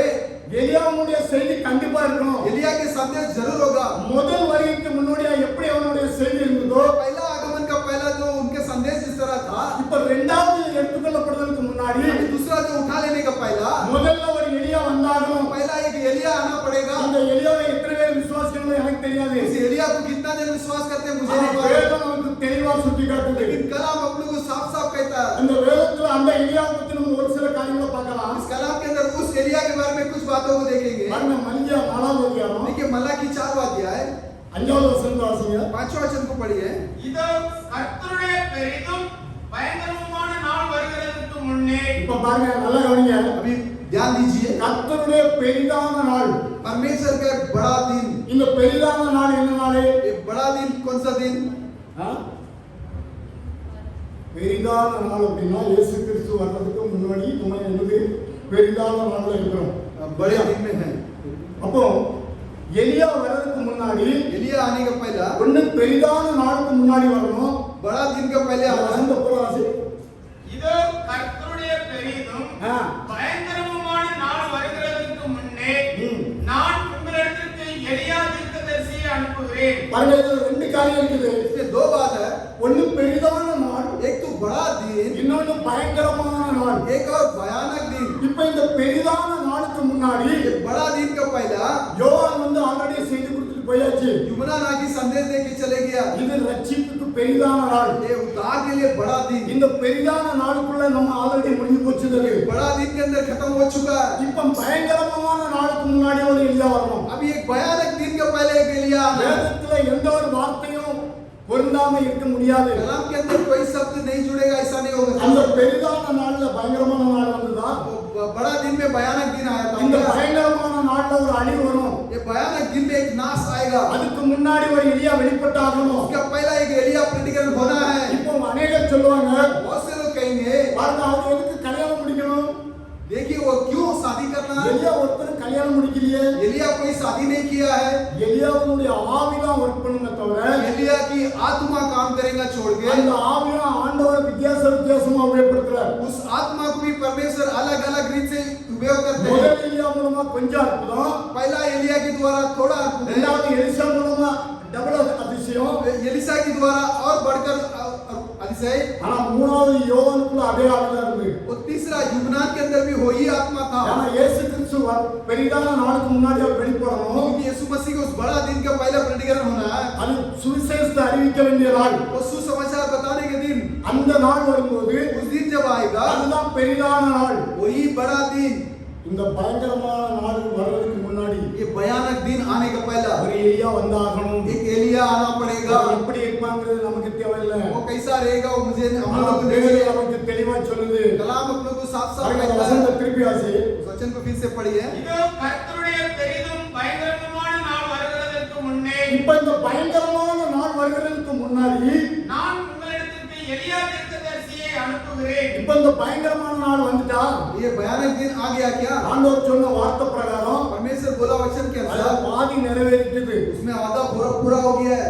அப்படின்னு சிலர் சொல்லுவாங்க ஒரே இதுல ரெண்டு மாங்க. और कुछ लोग कहेंगे कि एक ही पत्थर पे दो. அதே மாதிரி தான் இந்த வசனம் சொல்லுது பெரிதும் பயங்கரமான நாள். उसी तरह वचन कहता है बड़ा और भयानक दिन. இப்ப இந்த பயங்கரமான நாளுக்கு முன்னாடி ஒரு எலியா வந்தாகணும். भयानक दिन का पहले एक एलिया आना पड़ेगा. இந்த எலியாவை கண்டுபிடிக்கிறது வெகு சிலர் தான் இருக்க முடியும். इस एलिया को पहचानते कुछ लोग हो सकते हैं. எப்படி சீசனுடைய நாட்கள்ல இந்த எலியாவை சுட்டி காட்டும் போது जैसे शिष्यों के दिनों में जो एलिया इंडिकेट करने के समय, வர வேண்டிய எலியா இவன் தான் அப்படின்னு சொல்லும்போது आने का जो एलिया यही करके बोलने के समय, அவர்கள் யோவான் ஸ்நானகனை அறிந்து கொண்டார்கள். वो लोग यूहन्ना स्नान को पहचान लिए. இதே மாதிரி इसी तरह இப்போது இந்த எலியாவை கண்டுபிடிக்கணும் அப்படின்னா इस एलिया को पहचानना है तो இந்த பயங்கரமான நாளுக்கு முன்னாடி வரக்கூடிய எலியாவை கண்டுபிடிக்கணும்னா ये भयानक दिन का पहले जो आने का एलिया को पहचानना है. அதே பரிசுத்தாவியானவர் தான் வெளிப்படுத்தி தர முடியும். वही पवित्र आत्मा एक प्रकटीकरण करके दे सकते हैं. பரிசுத்தாவி இல்லாம அதை நீங்க வெளிப்பட முடியாது. உங்களுக்கு पवित्र आत्मा के बिना प्रकटीकरण नहीं हो सकता है. இப்ப இந்த எலியா பயங்கர நாளுக்கு முன்னாடி வரணும். अभी ये एलिया भयानक दिन का पहले आना है. இப்ப ஆல்ரெடி எலியா வந்துட்டு போயாச்சு. अभी एलिया तो आगे जा चुका है. அவருடைய கிரியைகளை வெளிப்படுத்திட்டு போயிட்டாரு. उसका क्रिया को प्रकटीकरण करके चले அவர் गए. யாரை சுட்டி காட்டுறாருன்னா और जिसको इंडिकेट करते हैं, தேவனை மட்டும்தான் அவர் சுட்டி காட்ட முடியும். परमेश्वर को अकेला इंडिकेट कर सकता है வேற யாரும் சுட்டி காட்ட முடியாது. और किसी को वो बता नहीं सकता இந்த है. வேதத்துல கரெக்டா அது பொருந்தும். ये कलाम के साथ वो जरूर जुड़ेगा. பொருந்தாத எந்த ஒரு காரியத்தையும் அவர் ஏற்றுக்கொள்ளாதுன்னு போயிட்டாரு. जो नहीं जुड़ता उसको मान मत बोल के चले गए. இந்த தீர்க்கதரிசியை நீ கண்டு கொள்ளணும் அப்படின்னா इस भविष्यता को तू पहचानना है तो உனக்குள்ள பரிசுத்தாவி வேணும். तेरे अंदर पवित्र आत्मा चाहिए. பரிசுத்தாவியை ஒரு சுட்டி காட்டினா மட்டும்தான் पवित्र आत्मा इंडिकेट करेगा तो உனக்கு அது வெளிப்பட முடியும். तुझे वो प्रकटीकरण हो सकता அப்படி है. இல்லாமல் வெளிப்படாது. ऐसा नहीं तो प्रकटीकरण नहीं होगा. அப்ப அந்த மனுஷனை குறித்து அநேக விதமா பேசுறாங்க. अभी उस मनुष्य के बारे में बहुत से लोग बहुत तरह बात करते ஆனா हैं, ஆவிக்குரியவர்கள் எல்லாவற்றையும் நிதானித்து அறிய முடியும். लेकिन आत्मिक लोग सब कुछ निदान करके जान सकते முதல்ல हैं. சங்காரத்தை இந்த பூமியை சங்காரத்தில் அடிக்கிறதுக்கு முன்னாடி पहला इस धरती को जो नाश करने का पहला ஒரு எலியா வந்து சீர்படுத்தி ஆகணும். एक एलिया आके ठीक करना पड़ेगा. என்னத்தை சீர்படுத்தணும்? क्या सही करना? நம்ம பள்ளங்களெல்லாம் மேல மாத்தோம். क्या गड्ढों को जो ऊंचा करेंगे? அப்படியா? ईसाई क्या இருதயத்தை திருப்பணும் இல்லையா? हृदय को ठीक करना. அது ஒரு பக்கம் இருக்குது. वो एक बात होने दो. ஆனா இவர் எலியாங்கிறது நமக்கு எப்படி உறுதியாகும்னா एलिया करके आप लोगों को कैसा स्थिर होगा? பாருங்க இந்த பயங்கரமான நாளுக்கு முன்னாடி அவர் வெளிப்படணும். ये भयानक दिन का पहले प्रैक्टिकल होना है. இவரையும் इनको भी யோவான் ஸ்நானகனுடைய தலையை எப்படி வெட்டினாங்க? यूहन्ना स्नान के सिर को जैसा काटे थे, கிட்டத்தட்ட 30-31 வயசுல தான் இருக்கணும் என்ன பொறுத்தவரை. लगभग 31 साल ऐसा ही होना चाहिए. ஏன்னா இவன் 6 மாசத்துக்கு மூப்பு தான் யோவான். ये यूहन्ना जो यीशु मसीह से 6 महीने யோவான் बड़ा है. ஸ்நானகன் வந்து 6 மாசத்துக்கு தான் மூப்பு இருக்கணும். यूहन्ना साथ 6 महीने के लिए बड़ा है. இயேசு கிறிஸ்து 30 வயதுல ஊழியத்துல இறங்கிட்டாரு. यीशु मसीह 30 उम्र में सेवा में उतर गए. இப்ப அவர் தலையை அறுத்த மாதிரி उसका सांप जैसा काटा था, இப்போ அது ஒரு இயேசபேல் தான். वो भी एक यशबेल அது है, ஒரு ஸ்திரீ தான். वो भी एक स्त्री है. அதே மாதிரி இப்போ இவரை கொல்றதுக்கு ஒரு ஸ்திரீ தான் கொல்லணும். इसी तरह अभी इनको मारने के लिए भी एक स्त्री होना है. நான் போய் ஸ்திரீ போய் கொன்னாலா? क्या वो स्त्री जाके मारी? இல்ல. नहीं है. ஸ்திரீனா இது स्त्री बोले तो क्या है? சபை. कलीसिया. அது எந்த சபைங்கிறது உங்களுக்கு புரியும். वो कौन सा कलीसिया आप लोग जानते हैं? அந்த சபை அவனை அடிச்சு கொன்னது அவளை. वो कलीसिया उसको मार डाला. அந்த கடைசி கால தீர்க்கதரிசிய आखिर काल के जो भविष्यवक्ता को இந்த எலியாவினுடைய ஆவியுடையவர் एलिया की जो आत्मा थे उनको இவர அதே ஸ்திரீ தான் அடிச்சு கொல்றா. वही स्त्री उसको मारती है. அதே இசபெல் ஸ்திரீ தான். वही इजबेल स्त्री. வேற யாரும் வர போறது இல்ல. और कोई नहीं आने का. ஆவிக்குரிய சபையில தான் ஒப்பிட முடியும். ये आत्मिक कलीसिया के साथ जोड़ सकता है. இந்த ஆவிக்குரிய சபைக்கும் மாமிச சபைக்கு எப்போதும் போராட்டம் உண்டு. ये आत्मिक कलीसिया और मांस का कलीसिया का हमेशा युद्ध है. அதனால தான் அவர் கொல்லறதுக்கு முதல்ல முயற்சி பண்ணி பார்த்தாங்க. इसीलिए उसको मार डालने के लिए पहला भी कोशिश किए थे. அவர் சொன்னாரு, उन्होंने कहे ஊழியம் நான் சிறுகணும் அவர் பெருகணும். वो बोले कि मैं छुटा होना उनको बढ़ना. அவருக்கு ஒகியோ நதியில வந்து ஆண்டவர் காட்சி கொடுக்கும்போது तो ये जो उस नदी में परमेश्वर जब सी में आए அந்த ஒரு தரிசனம் அவருக்கு வருது. वहाँ एक दर्शन आता है. அந்த 17வது நபருக்கு ஒரு ஞானஸ்நானம் கொடுக்கும்போது 15वां व्यक्ति को जो बैप्टिज्म दे रहे थे तब அங்க மேல இருந்து ஒரு சத்தம் வந்தது. ऊपर से एक आवाज आया, இவருடைய செய்திக்கு செவி கொடுங்க. इनके संदेश को खान दो. எதுக்கு செய்தி? என்ன செய்திக்கு? क्या चीज को? அவருடைய இரண்டாவது வருகைக்கு முன்னோடியா उनके दूसरा आगमन का पहला அவருடைய வார்த்தை இறங்கி வரும்போது उनके वचन जब उतर के आता है அவருடைய செய்திக்கு இடம் கொடுங்கன்னு தான் சொல்றாங்க. उनके संदेश को खान दो. இரண்டாவது வருகைக்கு முன்னோடியா அவருடைய செய்திக்கு மட்டும்தான் முக்கியத்துவம் கொடுக்க முடியும். दूसरा आगमन का पहला उनके संदेश को केवल मान सकता है. இன்னைக்கு தீர்க்கதரிசி செய்தியில இருக்கிறவங்க आज भविष्यवक्ता के संदेश में जो रहने वाले தீர்க்கதரிசி புக்கை மட்டும் தூக்கிடுவாங்க. भविष्यवक्ता के जो किताब उठा लेंगे. தீர்க்கதரிசிகளை இப்படி சொல்லியிருக்காரு, भविष्यवक्ता इसमें ऐसा कहा, இதுல இப்படி சொல்லியிருக்காரு, इसमें ऐसा कहा. இது தேவையில்லைங்க. ये जरूरत नहीं है. தீர்க்கதரிசி அவர் உபயோகப்படுத்துறது உண்மை. भविष्यवक्ता को उपयोग किया सच ஆனா है. நீ எதுக்குள்ள வரணும்னா வேதத்துக்குள்ள தான் வரணும். किसके अंदर आना? कलाम के अंदर आना. நீ தீர்க்கதரிசி செய்தி அப்படியே படிச்சுட்டு போக முடியாது. भविष्यवक्ता का संदेश को ऐसे ही पढ़कर नहीं जा सकता. தீர்க்கதரிசி ஒரு சில வெளிப்பாடுகளை கொடுத்திருக்காரு. भविष्यवक्ता कुछ प्रतिकरण को दिया है. அது வேதத்துல தான் இருக்க முடியும். वो कलाम के अंदर ही हो सकता है. அதனால அவர் திருப்பி நீ வார்த்தைக்குள்ள வா அப்படிங்கிறாரு. इससे वचन के अंदर आने को कहते हैं. பெந்தேகோஸ்து பக்கமா திரும்ப அப்படிங்கிறாரு. देखिए इसको और मुड़ जा. அவர் சொன்ன காரியத்தை விட்டுட்டு उन्होंने बोला बातों को छोड़कर அவர் எதை செய்யறாரோ அதை இவங்களும் செய்றாங்க. उन्होंने जो कुछ किया उसको ये लोग कर रहे हैं. பண்ண இதுலயும் நிறைய பேர் ஏமாந்து போவாங்க. इसमें भी बहुत से लोग भरमाए जाएंगे. அவர் अनेक காரியங்களை சொல்லிட்டு போறாரு. बहुत से बातों को कहकर जाते நாங்க हैं. ரெண்டு பேரும் ஒரே நேரத்துல இருக்க முடியாது. दो जन एक ही समय में नहीं बैठ सकता. நான் போனதுக்கு பிறகுதான் அந்த ஊழியம் எழும்பும். मैं जाने के बाद ही सेवा उठेगा. அது பரிசுத்தாவியினுடைய ஊழியம். वो पवित्र आत्मा का सेवा. பாருங்க இவருடைய ஊழியம் வந்து மோசேயினுடைய ஆவி, எலியாவினுடைய ஆவிலாம் ஒர்க் பண்ணுச்சு. इनका सेवा जो है मूसा और एलिया की आत्मा काम किया था. தேவனுடைய ஆவி இவங்கதான் கிரியை செய்யணும். परमेश्वर की आत्मा अभी क्रिया करना है. அவர் வர்றதுக்கு முன்னாடி இவர் வந்தாகணும். वो आने का पहला ये आना पड़ेगा. இங்க எலியா ஆல்ரெடி வந்துட்டு போயிட்டாரு. यदि एलिया आगे जा चुका அந்த है. செய்தி இன்னைக்கு உலகம் முழுவதும் சுத்திட்டு இருக்குது. संदेश पूरा दुनिया में फिरता है. ஆனா நீ யார் பக்கம் திரும்பணும்? लेकिन तू किसके ओर मुड़ना है? யோவான் எப்படி இயேசு கிறிஸ்துவை சுட்டி காட்டினாரோ यूहन्ना जैसा यीशु मसीह को टिकट किया, அதே போல இந்த வில்லியம் மரியம் பிரனாம் தீர்க்கதரிசி वैसे ये विलियम मरियम ब्रह्मा बन सकता. அவர் வேதத்துக்குள்ள திரும்ப சொல்லி தான் உங்களை சொல்லிட்டு போறாரு. कलाम के अंदर मुड़ने के लिए आपको बोलकर जाते हैं. இன்னைக்கு ஒரு சில கூட்டம் அவரை பிடிச்சிட்டு உட்கார்ந்துகிட்டு कुछ जोड़ उनको पकड़ के बैठ गया. அவர் தான் தேவன் சொல்லி உட்கார்ந்துகிட்டு वही परमेश्वर बोल के बैठ गए. இன்னைக்கு இவரை பத்தி புரியாத ஜனங்கள் इनके बारे में नहीं जानते लोग வித்தியாசமா பேச முடியும். अलग तरीके से बात कर सकते हैं. ஆனா வேதத்துல கண்டிப்பா அது ஒத்து போகும். लेकिन कलाम के अंदर साथ वो जरूर जुड़ेगा. இப்போ अभी இந்த பயங்கரமான நாளுக்கு முன்னாடி इस भयानक दिन का पहला அவர் வந்துட்டு போயிட்டாரு. சாயங்காலம் வெளிச்சமா वो शाम की उजाला आके चलेगी. இப்ப மணவாளனுடைய சத்தம் கேட்கணும். நம்ம अभी दूल्हा की आवाज सुनना இந்த है. மணவாளனுடைய சத்தம் கேட்கணும் அப்படின்னா दूल्हा की आवाज को सुनना है நீ तो முதல்ல இந்த செய்திக்குள்ள இருந்தாகணும். तू पहला इस संदेश के अंदर रहना இந்த पड़ेगा. செய்திக்குள்ள நீ இல்லைன்னா ஓடி வந்துடுவார். इस संदेश के अंदर नहीं तो दौड़ நேரம் जाएगा. வரும்போது டக்குனு ஓடி வர முடியும். जब समय आएगा दौड़ कर आ सकता இந்த है. செய்தியில இருக்கவன் மட்டும்தான் அதை வெளிப்படுத்த முடியும். ये संदेश में जो है वही प्रतिकरण कर सकता है. மற்றவர்களுக்கு வெளிப்பட முடியாது. और लोगों को प्रतिकरण नहीं हो பாருங்க, सकता. அப்போஸ்தலர் இயேசு கிறிஸ்து இந்த பூமியில இருக்கும்போது यीशु मसीह धरती में रहने के समय தேவாதி தேவன் परमेश्वर को परमेश्वर தன்னுடைய பிள்ளைகளுக்கு சுட்டி காட்டினார். अपने बच्चों को टिकट किया. வரவேண்டிய எலியா இவன் தான். ये आने का एलिया यही है. விசுவாசிக்க கூடாது விசுவாசிக்கிட்டு போயிட்டாரு. विश्वास कर सकते थे, विश्वास करो बोलिए. இன்னைக்கு பயங்கரமான நாளுக்கு முன்னாடி आज भयानक दिन का पहला எலியா வந்து கடந்து போயாச்சு. एलिया आके जा चुका है. இன்னைக்கு ரெண்டு சந்ததிகள் ஆக போகுது. और दो संतान होने वाला இப்ப है. இயேசு கிறிஸ்துவுடைய ஊழியம் எழும்பி ஆகணும். यीशु मसीह की सेवा उठना होगा. இந்த இயேசு கிறிஸ்து ஊழியம் வந்து எப்படி இருக்கும்னு நமக்கு தெரியாது. ये यीशु मसीह की सेवा कैसा रहेगा मालूम அந்த नहीं. நேரத்துல தான் ஆண்டவர் வெளிப்படுத்தி கொடுக்க முடியும். उसी समय में परमेश्वर प्रतिकरण करके दे सकता है. அதனால தான் 5 விதமான ஊழியத்தை கொண்டு வந்தாரு. इसीलिए 5 तरह का सेवा को लेके आ அந்த गया. 5 விதமான ஊழியம் உலகம் முழுவதும் சுத்தணும். ये 5 तरह की सेवा पूरा दुनिया में घूमना है. அதுல தான் எடுத்துக்கொள்ளப்படுறது 4 பேரும் கண்டிப்பா. उसी के अंदर उठा लेना होगा। பாருங்க இப்ப மத்தேயு 11 அதிகாரம் 3வது வசனம் வாசிங்க. मत्ती की किताब 11 उसमें 3 वचन,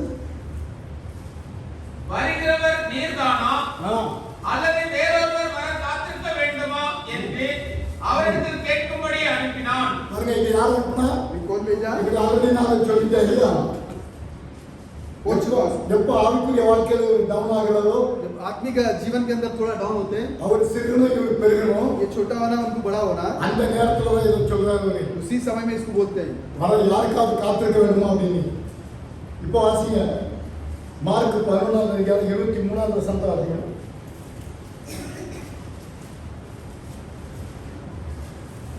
मार्क 11:23, எவனாகிலும் இந்த மலையை பார்த்து நீ பெயர்ந்து சமுத்திரத்திலே தள்ளுண்டு போ என்று சொல்லி தான் சொன்னபடியே நடக்கும் என்று தன் இருதயத்தில் சந்தேகப்படாமல் விசுவாசித்தால் அவன் சொன்னபடியே ஆகும் என்று மெய்யாகவே உங்களுக்கு சொல்லுகிறேன். பாருங்க இந்த ஒரு உதாரணத்தை இப்பதான் கொடுத்திருக்காரு. அன்னைக்கு மட்டும் இல்ல, उस दिन अकेला नहीं, அன்னைக்கு யோசுவாவுக்கு மட்டும் கொடுக்கல, उस दिन जोशुआ का अकेला नहीं दिए, சூரியனை தரித்து நில் அப்படின்னு அவர் சொன்னாரு. सूरज रुक जा करके उन्होंने बोले, அங்க சூரியன் தரித்து நின்றது, और सूरज रुक गया, நிலத்துக்கு அப்பாற்பட்ட காரியங்களை அவர் செய்தாரு. कुदरत के पार के काम को उन्होंने किया। இப்ப இவர் மலையை பார்த்து अब ये पहाड़ को देखा, பேருந்து போன்னு சொல்லும்போது निकल जा बोलते ही இருதயத்துல சந்தேகப்படாம விசுவாசித்தால் हृदय में बिना डाउट का विश्वास करेगा तो அந்த காரியம் இப்ப சம்பவிக்கணும். वो काम अभी होना है, கண்டிப்பா சம்பவிக்கும். जरूर होगा। ஒருவேளை அது இடகுறா இருந்தா மட்டும்தான், वो ऐसा होगा तो ही, எல்லாத்துக்கும் ஒப்பிடக்கூடாது. सभी चीज के लिए इंडिकेट नहीं करना है। அந்த யோசுவா நின்னதுக்கு ஒரு காரணம் உண்டு. जोशुआ वहां सूरज को रोकने के कारण அந்த क्या? எதிரிகளை யுத்தம் பண்ணணும்,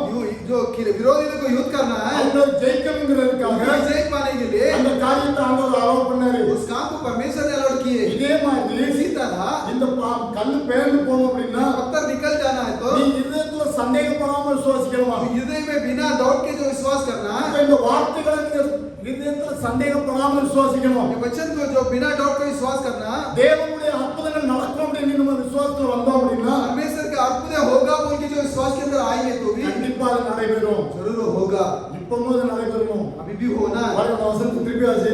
वचन को फिर से पढ़िए। எவனாகிலும் இந்த மலையை பார்த்து எவனாயினும் இந்த மலையை பார்த்து நீ பெயர்ந்து சமுத்திரத்திலே தள்ளுண்டு போ என்று சொல்லி பெயர்ந்து சமுத்திரத்துல தள்ளுண்டு போன்னு சொல்லி தான் சொன்னபடியே நடக்கும் என்று தன் இருதயத்தில் சந்தேகப்படாமல் விசுவாசித்தால் தான் சொன்னபடியே நிறைவேறும் அப்படின்னு எப்படி சந்தேகப்படாம இருதயத்துல விசுவாசித்தால் சந்தேகப்படாம நீங்க விசுவாசித்தானால் அது நிச்சயம் அவன் சொன்னபடியே ஆகும் அவன் என்று சொன்னபடியே ஆகும் என்று மெய்யாகவே உங்களுக்கு சொல்லுகிறேன். மெய்யாகவே உங்களுக்கு சொல்லுகிறேன். सचमुच कहता हूं, இப்போ நமக்குள்ள விசுவாசம் என்ன அப்படின்னா ये अपने लोग का विश्वास क्या है? இந்த நாட்கள்ல दिनों में பாருங்க மலையை பார்த்து பேருந்து போனா போகணும்.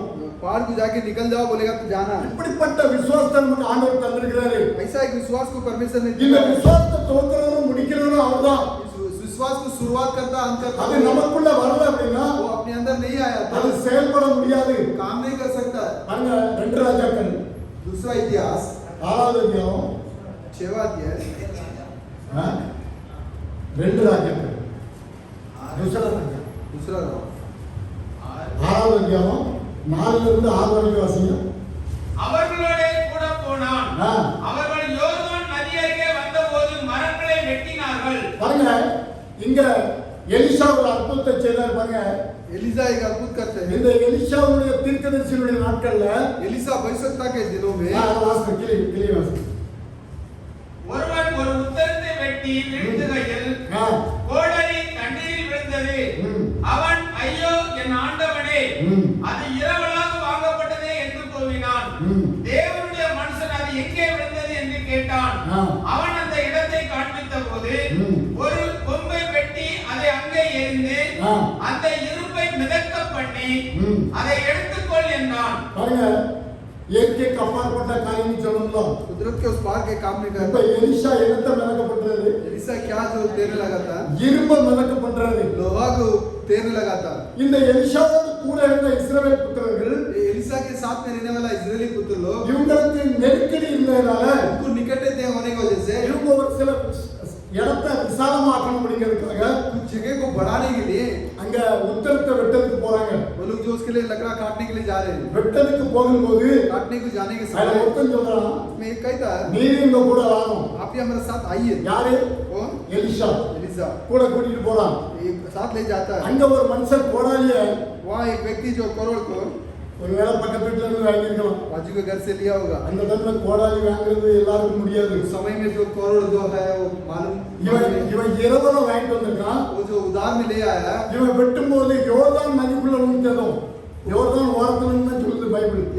योरदान के जो बाजू में करके कहता அந்த कला ஓரத்துல இருக்கிற மரத்துல வெட்டும்போது அது யோர்தானுக்குள்ள தான் விழுந்திருக்கணும். वो जो उसके बाजू में का झाड़ को काटा तो वो उधरी नदी में गिरा होगा। அந்த விழுந்த உடனே वो गिरता ही அதை எடுக்க முடியாது யாரும். उसको कोई उठा नहीं सकता அப்படி இல்லைன்னா இவன் கதறி இருக்க மாட்டான். नहीं तो वो चिल्लाता था। ஒருவேளை உள்ள போய் தூக்கிட்டு வர மாதிரி இருந்ததுன்னா अगर उठा जाके लेके आ सकता ऐसा था तो இவன் சத்தம் போட்டுக்க மாட்டான். चिल्लाता नहीं था। இவன் ரொம்ப மன சஞ்சலப்படுறான். ये मन जो पछतावा कर रहा है கத்திட்டு இருக்கும்போது அந்த தேவனுடைய மனுஷன் நிற்கிறாரு. जो चिल्लाता तो परमेश्वर का मनुष्य எலிசா கேட்டாரு, எங்கப்பா விழுந்தது காட்டு அப்படின்னு. एलिसा बोले कि किधर गिरा बता। பாருங்க அந்த இடத்தை காட்டின உடனே जगह को दिखाते ही என் குப்பை வெட்டி போட்டோம்னா அது மேல வந்துருமோ. क्या डाली को काट के डाला तो क्या ऊपर आ जाएगा। பாருங்க நம்ப முடியாது, அதான் உண்மை. लेकिन भरोसा नहीं कर सकता। लेकिन எந்த सच யாரும் மிதக்க செய்ய முடியாது. ये कोई उठा नहीं सकता। ஆனா இஸ்ரவேல் விஞ்ஞானிகள் அதை ஒத்துக்கிட மாட்டாங்க. विज्ञानी लोग उसको मानेंगे அந்த नहीं। இரும்பு கோடாலியானது மிதந்த உடனே அதை போய் எடுத்துக்க அப்படின்ட்டாரு. योगा के ऊपर आ गया तो उठा ले बोले। அந்த இயற்கைக்கு அப்பாற்பட்ட காரியங்களால செய்ய முடிஞ்சது. कुदरत के उस पार के काम को कर पाए। இன்னைக்கு நம்ம அந்த காரியத்துல தான் எதிர்பார்த்துட்டு இருக்கிறோம். आज अपन उसी बातों के इंतजार में இந்த है। உலகம் முடியாதுன்னு சொல்லும். ये दुनिया तो नहीं होगा बोलेगा। அந்த விஞ்ஞானிகள் முடியாதுன்னு சொல்றாங்க. विज्ञानी लोग नहीं हो सकता ஆனா बोलेंगे। நம்முடைய தேவாதி தேவனால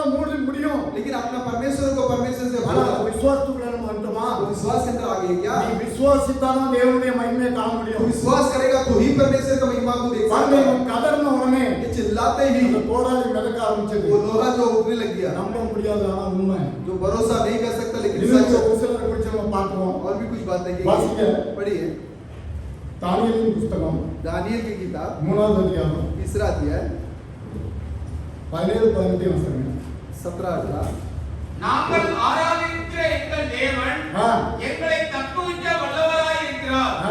அவர் எரிகிற அக்கினி சூளைக்கும் ம். ராஜாவாகிய உம்முடைய கைக்கும் நீங்களாக்கி விடுவிப்பார். ம். விடுவிக்காமல் போனாலும் ம். நாங்கள் உம்முடைய தேவர்களுக்கு ஆராதனை செய்வதும் இல்லை, ம். நீர் நிறுத்தின பொற்சிலையை பணிந்து கொள்வதும் இல்லை என்கிறது. பாருங்க இதுதான் விசுவாசம். ये विश्वास அந்த பிள்ளைகள் எவ்வளவு உறுதியா இருக்காங்கன்னு பாருங்க. बच्चे कितना स्थिर है இந்த देखिए। எபிரேயர் பிள்ளைகள் சாத்ராக் மேஷாக் ஆபேத்நேகோ என்பவர்கள் हिब्रू लोग जो साद्राक मेशक आबेदनेगो எங்களை அக்கினில போட்டாலும் சரி, हम लोग अंगार में डालेंगे तो भी, இல்ல இவங்களை இது என்ன சொன்னாலும் சரி, कुछ भी बोलेंगे तो भी நாங்க இந்த சிலையை வணங்க மாட்டோம். हम लोग इस जो मूर्ति को नमन नहीं करेंगे। பாருங்க அவங்க சொல்றாங்க பாருங்க, கிக்கல எப்படி சொல்றாங்க. क्या कहते हैं देखिए।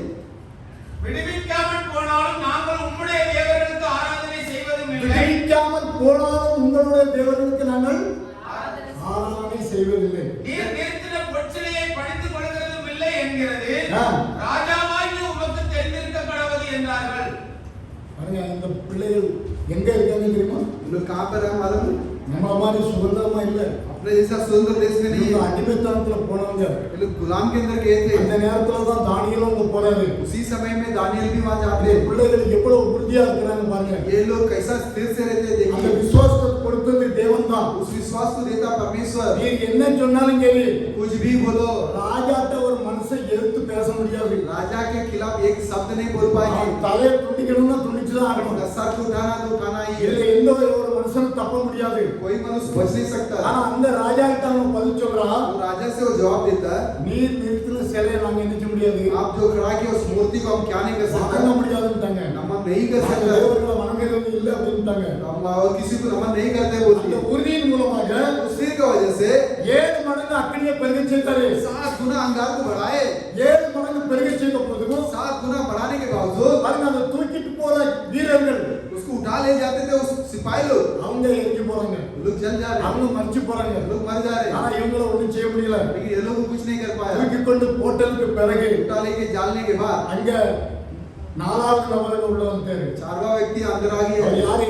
कौन है? மனுஷகுமாரன். मनुष्य का पुत्र। அந்த மனுஷகுமாரன் உள்ள உலாவுறத பாத்துக்கறான் ராஜா. मनुष्य का पुत्र वहां फिर रहे कि देख रहा है। தேவனாத் நேச்சாரங்க பாக்கும்போது नेबुकाद नेचार जब देखता நம்ம है, 3 பேரெல்லாம் தூக்கி போட்டோம். तो 3 जन को उठा के डाला, 4 பேர் எப்படி உலாவிட்டு இருக்காங்க? और 4 व्यक्ति कैसा गिर रहे हैं? நான் இங்க வாசி. அப்பொழுது நேபுகாத்நேச்சாருக்கு கடும் கோபம் எப்படி கோபம் வருது இவனுக்கு? सोचिए कैसा गुस्सा கடும் கோபம் வந்துட்டு ராஜா கோபம் வந்தாலே தப்ப முடியாது. சாத்ராக் மேசாக் ஆபேத்நேகோ என்பவர்களுக்கு விரோதமாய் அவனுடைய முகம் வேறுபட்டது.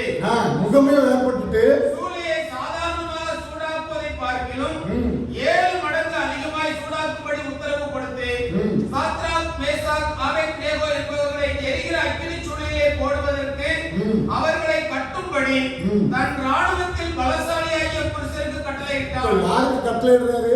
किसको? ராணுவத்துல பெரிய பலசாலி. जो சாதாரண ஆளுங்க தூக்கிட்டு போறாங்க.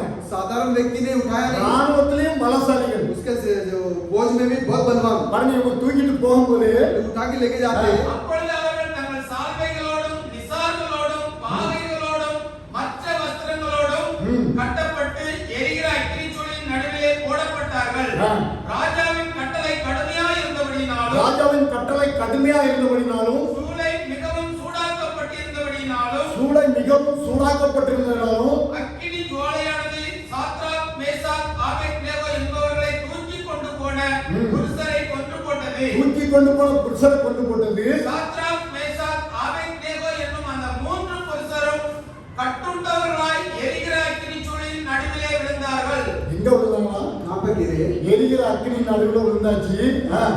அப்பொழுது ராஜாவாகிய நேபுகத்நேச்சார் பிரமித்து தீவிரமாய் எழுந்திருந்து தன் மந்திரிமார்களை நோக்கி 3 புருஷரை அல்லவோ கட்டுண்டவர்களாக அக்கினியிலே போடுகிறோம் என்றான். 3 புருஷர்கள் அக்கினியில போட்டோம்.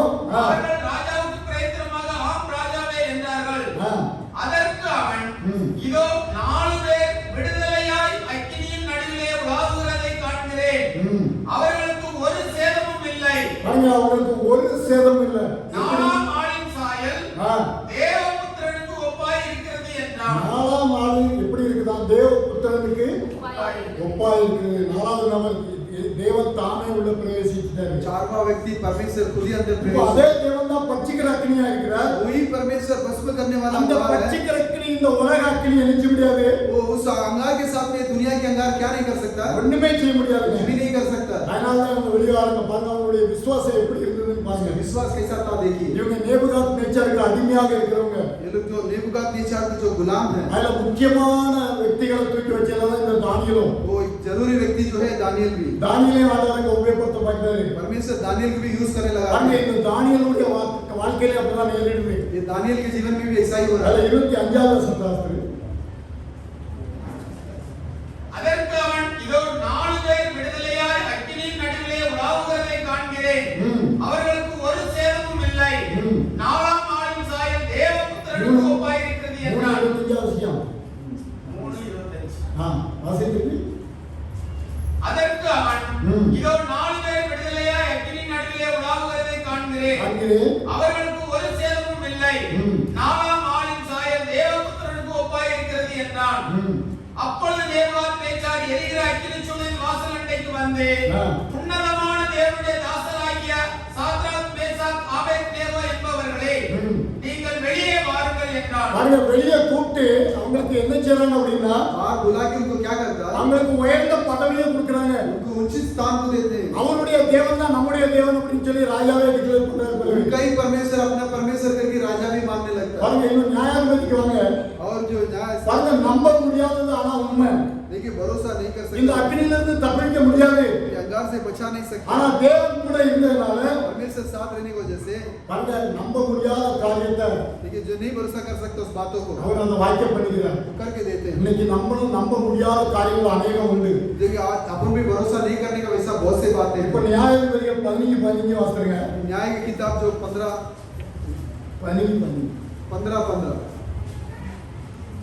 உடனே அவன் ஒரு கழுதையின் பச்சை தாடை எலும்பை கண்டு பாருங்க देखिए சிம்சோன் வந்து सिमसोन जो है பெலிஸ்தியர்கள் அழிக்கிறதுக்குனே ஆண்டவர் அவனை அழைச்சிருந்தாரு. फिलिस्तियों को नाश करने के लिए परमेश्वर उसको ஆனா बुलाया। இவன் போகும்போது கரத்துல ஒண்ணுமே கிடையாது. लेकिन ये जाने के समय हाथ में कुछ नहीं लेके गया। பெலிஸ்தியர்களோட எழுத்து வரும்போது फिलिस्तियों लोग जो खिलाफ आएगा இங்க என்ன பண்றான் பாருங்க அவன். क्या करेगा?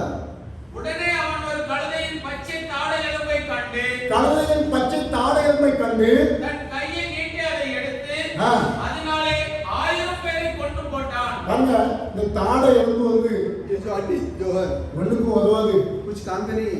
வாங்கிட்டு ஒரு அடி அடிச்சா சுக்குநூறா போயிடும். अगर जोर से मारेगा तो चूर-चूर हो ஆனா जाएगा। இதை எடுத்துக்கிட்டு इसको लेके எத்தனை பேரை கொன்னானா? कितने जन को मारा?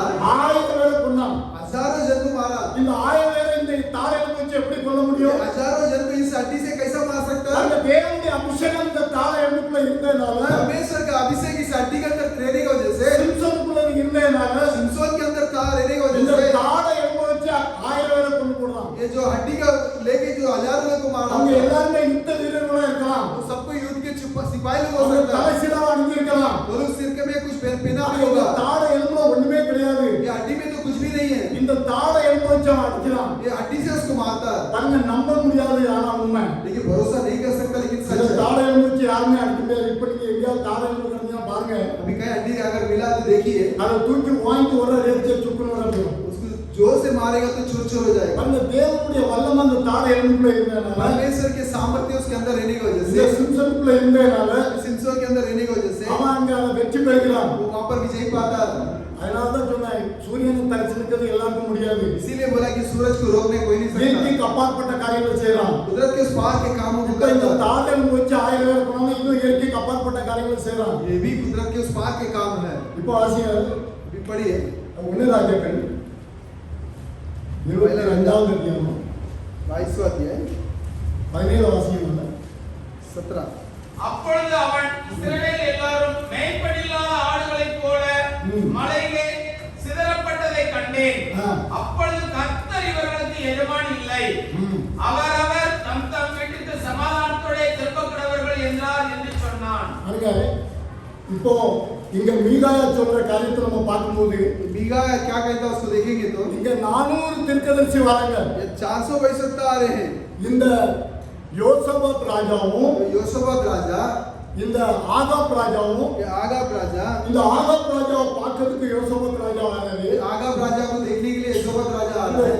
இந்த யோசபாத் ஒரு விசுவாசி, ये योशबात एक विश्वासी, இந்த ஆகாப் வந்து ஒரு அவிசுவாசி. ये आगाब एक अविश्वासी। இந்த யோசபாத் வந்து சந்திக்கும் போது, योशबात आके मिलने के समय நம்ம யுத்தத்துக்கு போகணும், अपन युद्ध में जाएंगे, நமக்கு அந்த ராமத்துல யுத்தம் பண்ணணும், तो जो बोझ में युद्ध करना அது நம்முடைய தேசம் தான் ஆல்ரெடி. वो अपना ही देश है। அந்த தேசத்தை நம்ம வெற்றி பெற செய்யணும்னு சொல்லி इस देश को अपन विजय करेंगे बोलकर இந்த ஆகாப்பும் யோசபாத் ராஜாவும் சேர்றாங்க. आगाब और योशबात राजा मिलते हैं। அந்த யோசபாத் ராஜா விசுவாசி, योशबात राजा जो विश्वासी है, இந்த ஆகாப் வந்து ஒரு அவிசுவாசி. ये आगाब जो है अविश्वासी। இப்போ 400 தீர்க்கதரிசிகள் ஒன்று சேர்ந்தாங்க. अभी 400 भविष्यवक्ता इकट्ठा हो गए। இந்த 400 தீர்க்கதரிசிகளும் சேர்ந்ததுக்கு பிறகு 400 भविष्यवक्ता इकट्ठा होने के बाद எல்லாரும் ஒரே காரியத்தை சொல்றாங்க, सबको एक ही बात को कहते हैं, ஓ உனக்கு வெற்றி நிச்சயம் அப்படின்னு. जाओ आपको विजय जरूर है। யோசபாத் ராஜாவுக்கு திருப்தி ஆகல. योशबात राजा को जो ठीक नहीं हुआ, ஏன்னா இவன் யூதா தேசத்தை ஆண்டவன், क्योंकि ये यहूदा देश இவன் में இஸ்ரவேல் தேசத்தை ஆண்டவன் ஆகாப். ये इस्राएल देश को राज करता இந்த है।